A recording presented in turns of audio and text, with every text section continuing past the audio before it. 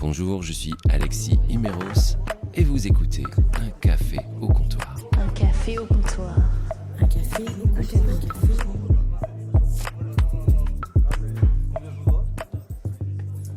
Un café au comptoir.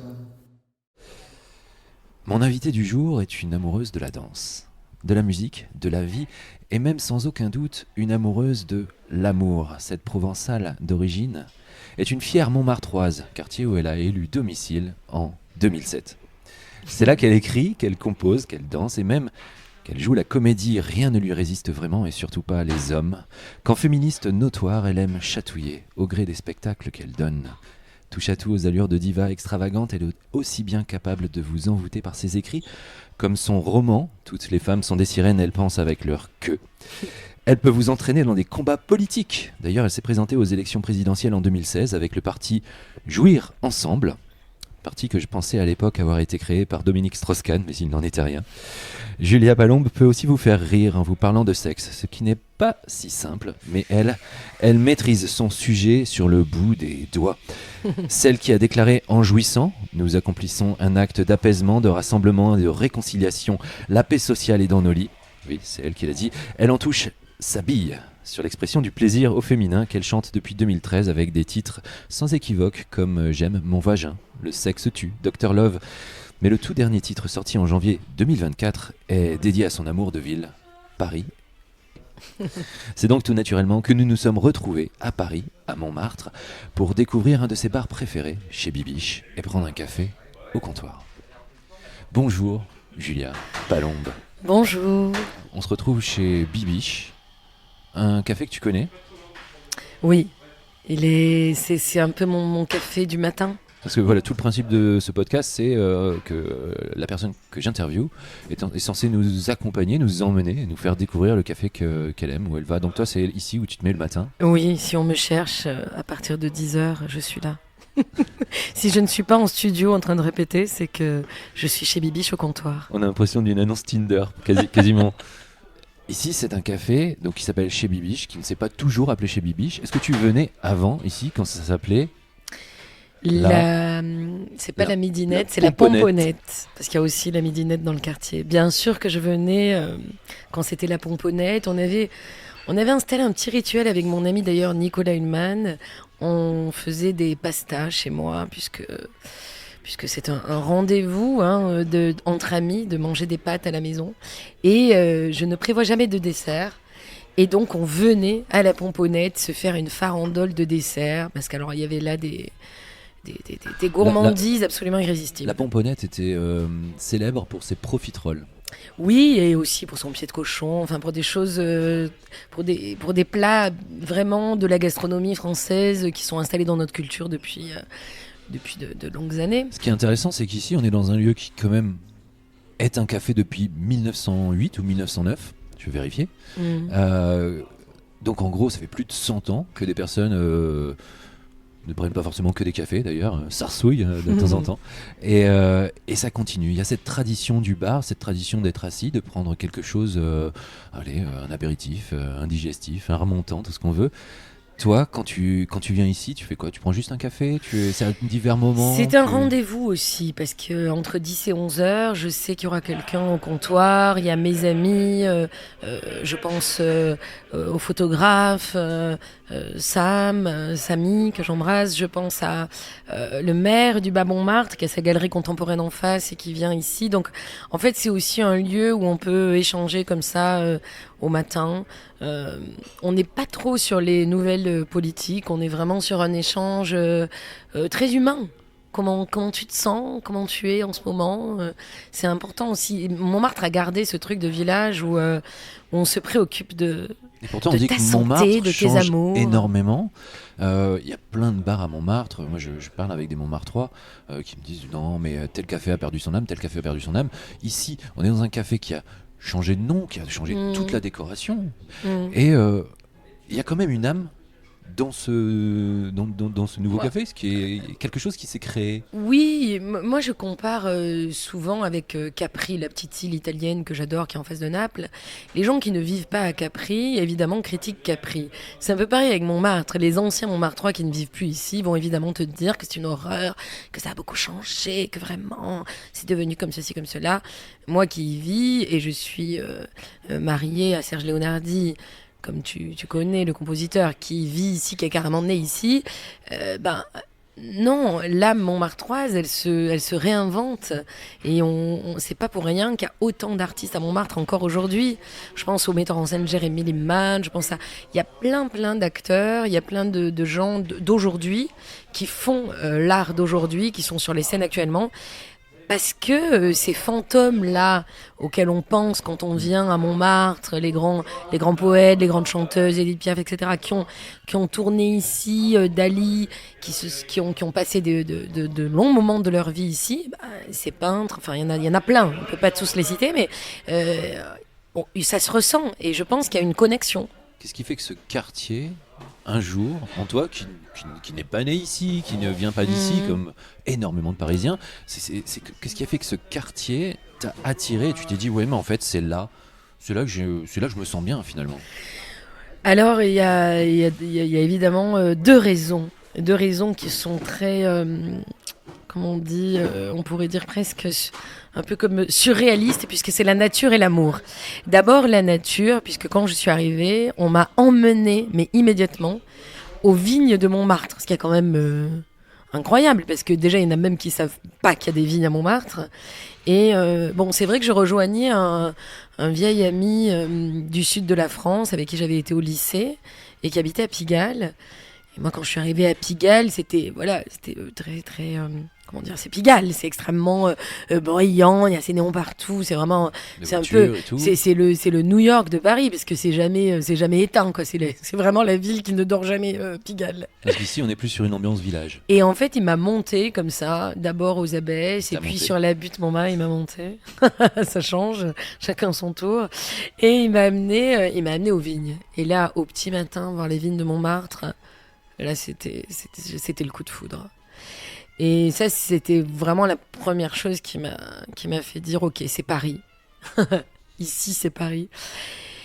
Et puis, la rencontre avec mon mari, qui date de ma première visite à Paris, pratiquement, dans les années 2002. Et là, évidemment, c'est quand même une excellente raison de s'installer à Paris lorsque l'amour est là. Tu étais danseuse à l'époque. Oui. Tu as une très grande carrière de danseuse. Tu as dansé dans presque tous les pays du monde, sauf en Corée du Nord. Oui. C'est une grande chance d'avoir... Bon, la danse est un métier qu'on pratique jeune, de toute manière, quand même. Enfin, même s'il y a des femmes aujourd'hui qui le pratiquent. Tu danses toujours dans tes spectacles ? Oui, mais tel que je le pratiquais, j'étais quand même, j'ai été élevée, artistiquement parlant, de manière très académique, quoi que j'en fasse aujourd'hui. Et voilà, j'ai été dans une pratique très, très physique, avec des enjeux techniques très élevés.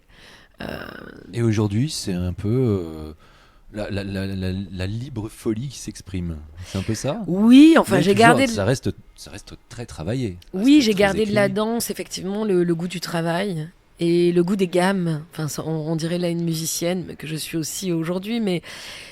Pour moi, il y a un seul secret, enfin en tout cas le premier, travailler. Les gammes. Il n'y a pas d'autre secret en fait. D'artiste, hein.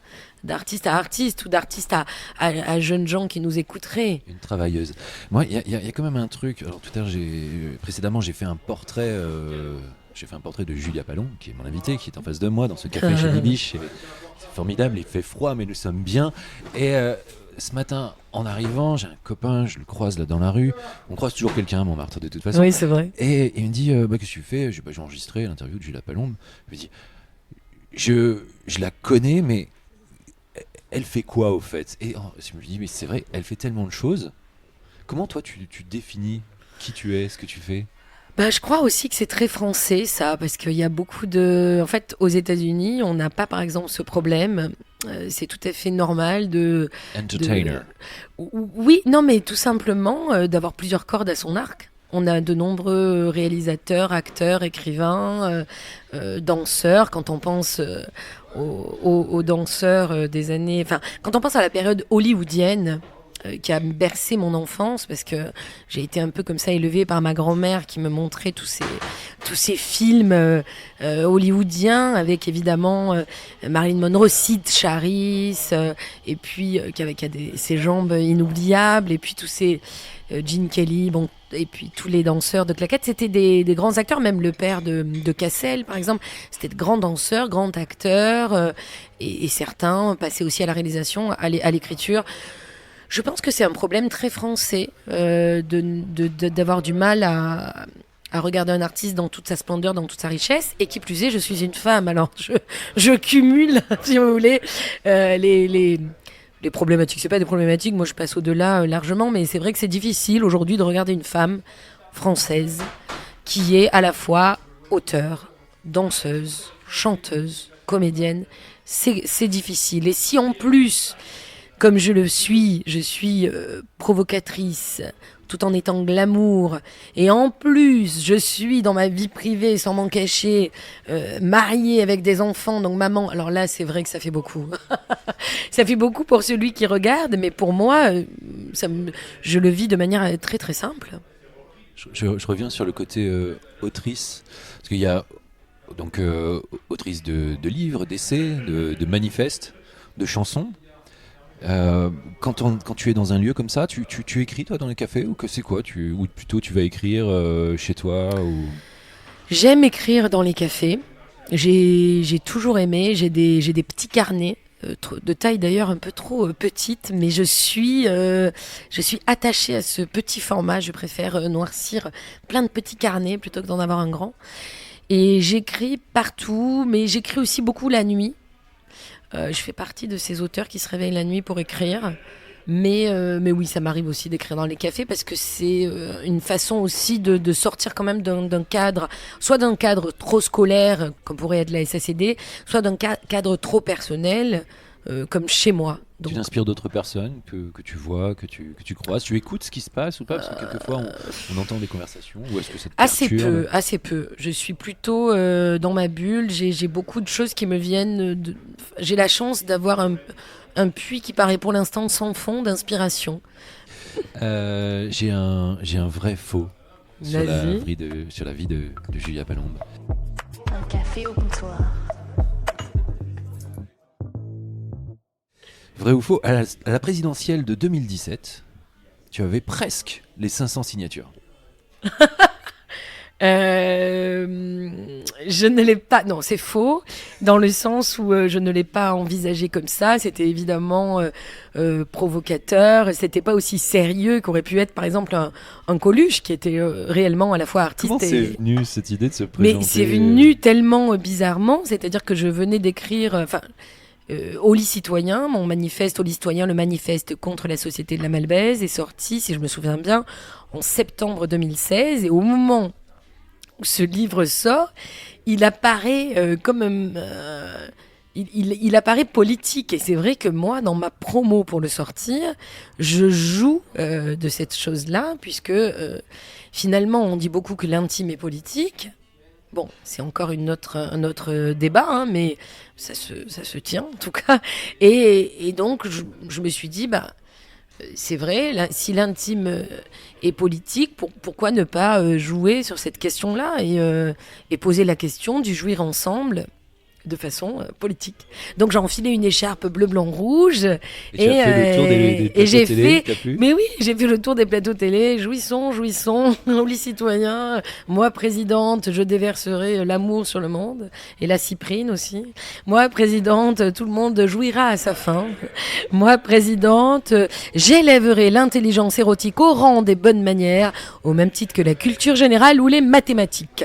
Et les personnes que tu rencontrais dans la rue, à ce moment-là, te juger ou plutôt te féliciter? Mais c'est-à-dire qu'il faut remettre dans le contexte. J'avais fait une grande sortie chez Monsieur Ardisson, qui, tout en rigolant, c'est un peu aussi ce qu'il a de très fort Ardisson, c'est-à-dire tout en riant, il est capable de sortir des choses très sérieuses. Et donc sur le sujet du jouir ensemble, j'avais dit, puisqu'on sortait aussi des attentats de Nice, J'avais dit, mais regardez, et là c'est très sérieux, regardez les biographies des djihadistes qui viennent nous défoncer sur notre sol, et regardez ce qui se passe dans leur intime, dans leur sexualité, dans cette frustration qui est tellement immense que évidemment que ça crée de la violence. Donc évidemment qu'on dit tout ça en rigolant, jouir ensemble, jouissons, c'est rigolo. Mais en réalité, c'est rigolo 2 secondes. Parce que la frustration entraîne la violence. Donc, si on veut, à un moment donné, s'attaquer au problème de la violence, il faut s'attaquer au problème de la jouissance. On n'a pas d'autre solution, en réalité.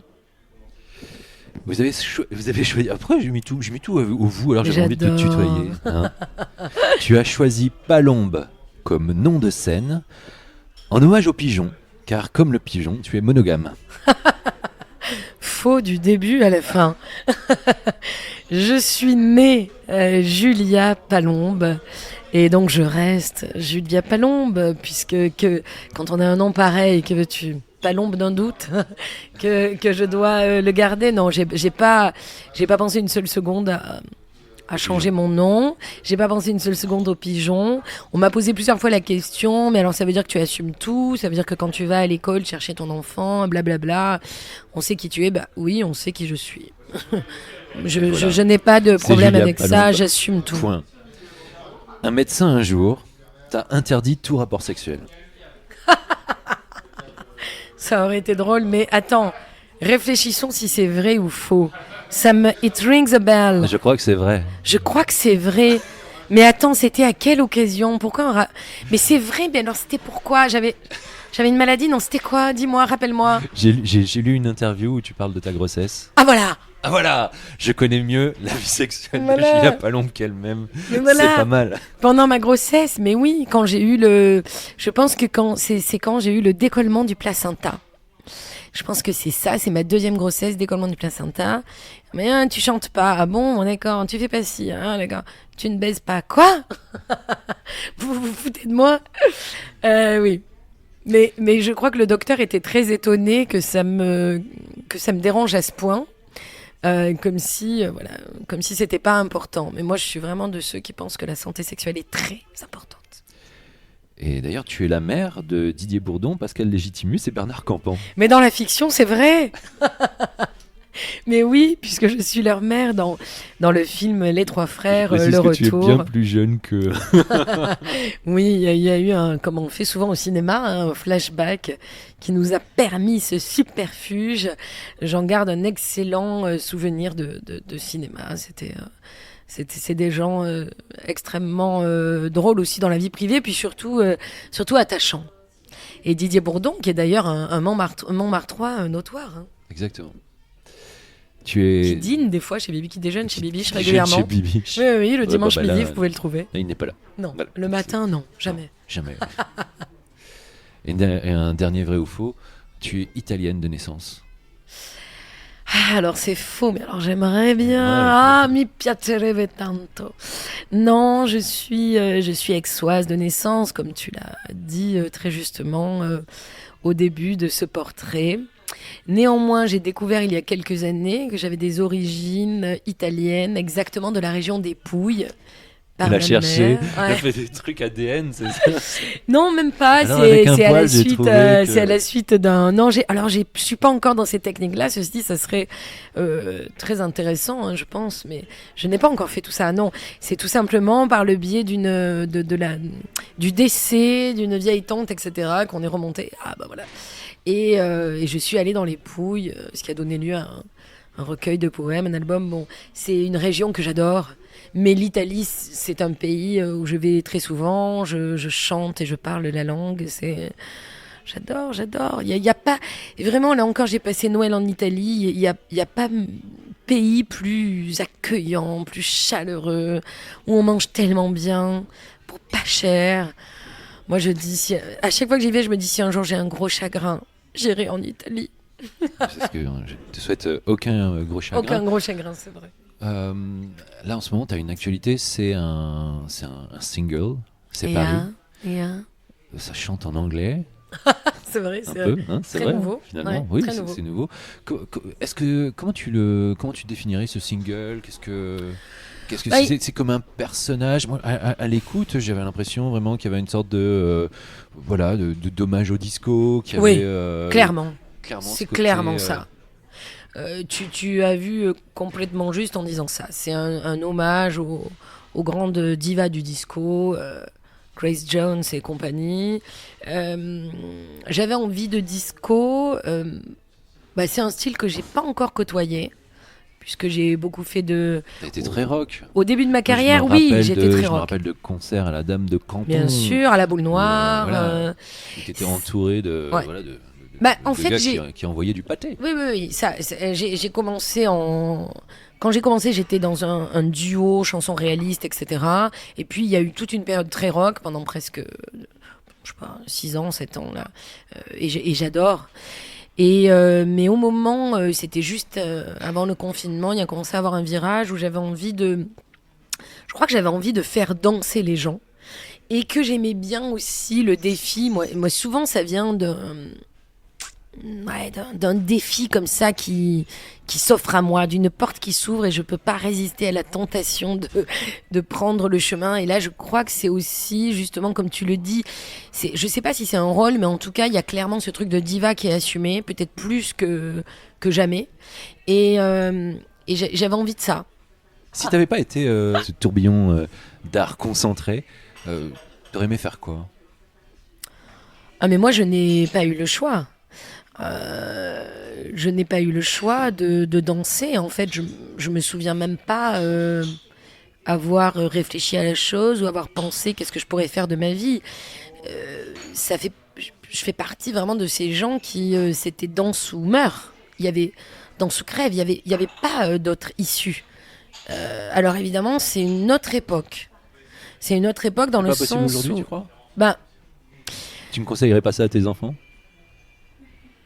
Mais moi, j'ai pas eu vraiment de cellule familiale. J'ai perdu mon père à l'âge de 9 ans, de manière extrêmement violente. Ma mère avait 5 enfants, j'étais l'aînée. Donc, si tu veux, on est déjà dans un contexte extrêmement compliqué, extrêmement difficile. Si tu comprends pas là que la vie est éphémère et qu'il faut en profiter, tu comprends plus. Mais si tu veux, j'ai été face à ça à 9 ans. À l'âge de 9 ans. Donc, mon corps était...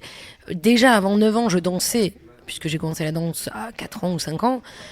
T'imagines, après cet électrochoc, mon corps était traversé d'ondes extrêmement puissantes. Donc, si tu veux, il y avait ça. Et il y avait aussi qu'on n'avait pas du tout Internet. Donc, je ne savais pas ce que ça voulait dire être danseuse ou être chanteuse. Je ne savais pas que devenir artiste ou écrivain, je ne savais pas à quoi ça correspondait. Si un jour tu m'enlèves tout, je suis dans la rue en train de danser, je n'ai pas d'autre choix. L'art, même si c'est très drôle et que c'est une chance évidemment de pouvoir exercer son art aujourd'hui, c'est un métier absolument fabuleux et je mesure ma jouissance. D'ailleurs, je la partage allègrement avec tous. Néanmoins, c'est un travail. Être artiste aujourd'hui, quelle que soit la manière dont on le fait, que ce soit multifacette comme moi, que ce soit avec un chemin unique d'art que l'on choisit et qu'on peut exercer jusqu'à la fin, c'est un chemin de travail. Et à un moment donné, il faut quand même le dire, surtout quand, là au moment où on parle, j'ai 45 ans, ça fait donc 20 ans qu'on me paye pour monter sur scène, et même plus, qu'est-ce que je raconte? Je commence à 17 ans, bon, ne commencez pas à compter, ça fait longtemps, T'as pas fait de maths, ça fait mais non 25 ans que je... Voilà, et donc, pour tenir, c'est quand même c'est un travail au quotidien. On est dans un café, je voulais faire un petit quiz. Oh On yeah. va voir si tu pourrais travailler ici. Je vais juste te faire passer un entretien d'embauche. D'accord, tu vois. vas-y. Est-ce que tu connais la différence entre un panaché et un perroquet? Le perroquet, il chante? Non. Aucune idée. Il doit y avoir plus de couleurs dans un perroquet. Ah, ça c'est possible. Il doit y avoir... Est-ce que le perroquet, c'est pas un truc du sud? Genre pastaga, sirop de fraise, grenadine ou quelque chose comme ça? C'est ça? Totalement faux. Non, Ah. non du tout. Non. Bon, À la le menthe? panaché, au Non. moins, tu... Ah, Panaché, là- aucune idée. là, tu disais là, la menthe. La menthe. elle avait raison. En fait, Et le pastis, non? le panaché, c'est de la bière et de la limonade. Ok. 50-50. D'accord. Et le perroquet, c'est de la bière avec du sirop de menthe. Ah oui, mais j'y étais Ça- pas du tout. Moi, ça je voulais marche mettre du bien en 51, mais... Peut-être dans le sud de la Belgique, mais voilà. S'il crée un truc qui s'appelle la palombe, je saurais. Mais là, le perroquet, ça me dit rien. D'accord. Quelle est la différence entre un latte et un cappuccino? Et toi aussi, chez toi, tu peux réfléchir. Latte et Demander un quelle est la cappuccino. différence entre Écoute, le latte et le cappuccino. le cappuccino, c'est évidemment du café, du lait et un peu de chocolat. Saupoudré ou quelque chose comme ça. Non plus. Et le latte, j'en ai aucune idée. Je ne bois pas de lait de vache depuis très longtemps. Depuis une éternité. Je me souviens même pas la dernière fois que j'ai bu du lait de vache. Et peut-être qu'on peut faire ça avec du lait Sans doute, d'amande. sans doute. Aucune sans idée, doute. tu vois. Je Voilà. suis à nouveau nulle sur Eh ça. bien, écoute, voilà. Alors, les deux se composent, tu le sauras pour si jamais tu dois passer Bien un sûr, entretien. un entretien. Les deux se composent d'expresso, de lait et de mousse de lait. Ah, mousse Ah. de lait. Voilà. Mm. Et non, il n'y a pas de chocolat. Mais la différence, ce sont les proportions. Dans le cappuccino, toutes les proportions sont égales. Dans le latte, il y a plus de lait que de mousse de lait. Comme son nom l'indique. Latte. Alright. Yeah. Et une dernière question? Yes, baby. La différence entre le champagne, je pense que tu vas mieux saisir. Je te sens bien champagne, quoi, C'est plus possible. que cappuccino. Quelle est la différence entre le champagne blanc de blanc et le champagne blanc de noir? Champagne blanc de noir n'existe pas. Si.